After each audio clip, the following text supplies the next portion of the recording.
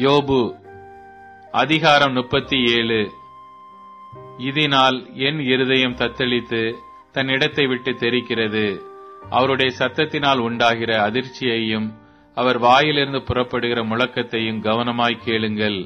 அவர் வானத்தின் கீழெங்கும் அந்த தொனியையும் பூமியின் கடையாந்தரங்கள் மேல் அதன் மின்னலையும் செல்ல விடுகிறார். அதற்கு பின்பு அவர் சத்தமாய் முழங்கி தம்முடைய மகத்துவத்தின் சத்தத்தை குமுற பண்ணுகிறார். அவருடைய சத்தம் கேட்கப்படும் போது அதை தவிர்க்க முடியாது. தேவன் தம்முடைய சத்தத்தை ஆச்சரியமான விதமாய் குமுற பண்ணுகிறார். நாம் கிரகிக்க கூடாத பெரிய காரியங்களை அவர் செய்கிறார்.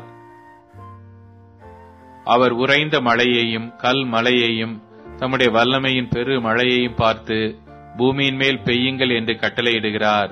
தாம் உண்டாக்கின சகல மனுஷரும் தம்மை அறியும்படிக்கு அவர் சகல மனுஷருடைய கையையும் முத்திரித்து போடுகிறார். அப்பொழுது காட்டு மிருகங்கள் தங்கள் குகைகளில் புகுந்து தங்கள் கெபிகளில் தங்கும். தெற்கே இருந்து சூறாவளியும் வட காற்றினால் குளிரும் வரும். தம்முடைய சுவாசத்தினால் தேவன் குளிரை கொடுக்கிறார்.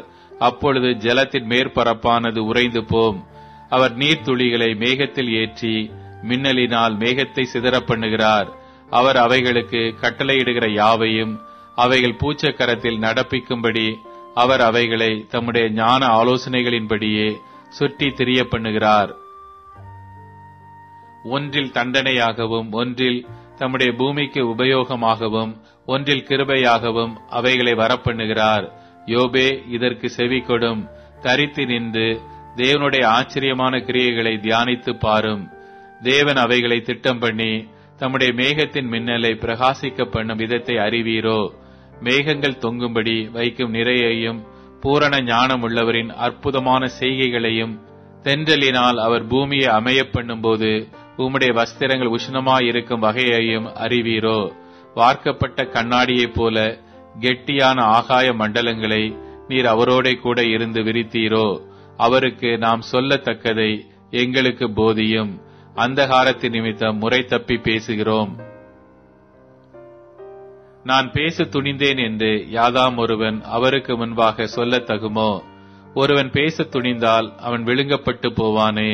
இப்போதும் காற்று வீசி ஆகாய மண்டலங்களிலுள்ள மப்பு நீங்க பண்ணி இருக்கிற சமயத்தில் வடக்கே இருந்து பொன்மயமான காந்தி வருகிற போது ஆகாய மண்டலத்திலே பிரகாசிக்கிற சூரியனை முதலாய் ஒருவரை நோக்கி பார்க்க கூடாதே.